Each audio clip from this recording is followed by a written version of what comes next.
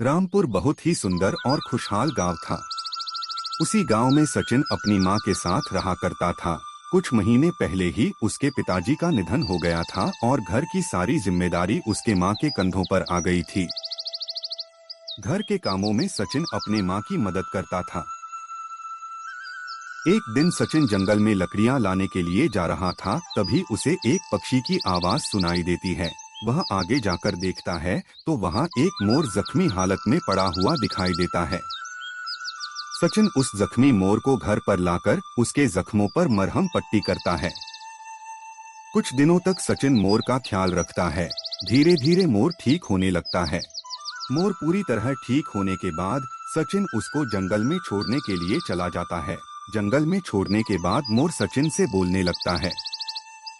बोलने वाला मोर देखकर सचिन अचंभित रह जाता है। मोर सचिन से कहता है कि वह एक जादुई मोर है। जंगल में वह अपने 2 बच्चों के साथ रहा करता था, लेकिन एक दिन जंगल में शैतान चुड़ैल ने उसकी जादुई शक्ति छीनकर उसके बच्चों को उठाकर ले गई। वह सचिन से कहता है कि उसके बच्चों को छुड़ाने में उसकी मदद करें। सचिन बहादुर और निडर था। वह मोर की मदद करने उसके साथ निकल पड़ता है। दूर जंगल में चलने के बाद वह चुड़ैल के घर के पास पहुंच जाते हैं।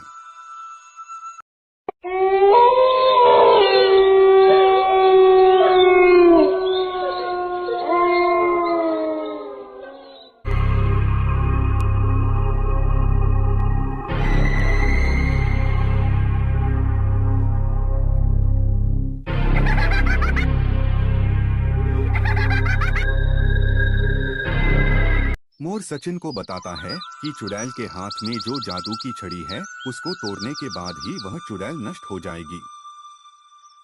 चुड़ैल जादू टोना करने में मग्न थी, तभी सचिन पीछे से जाकर जादू की छड़ी उठा लेता है। वह जादू की छड़ी को तोड़ देता है।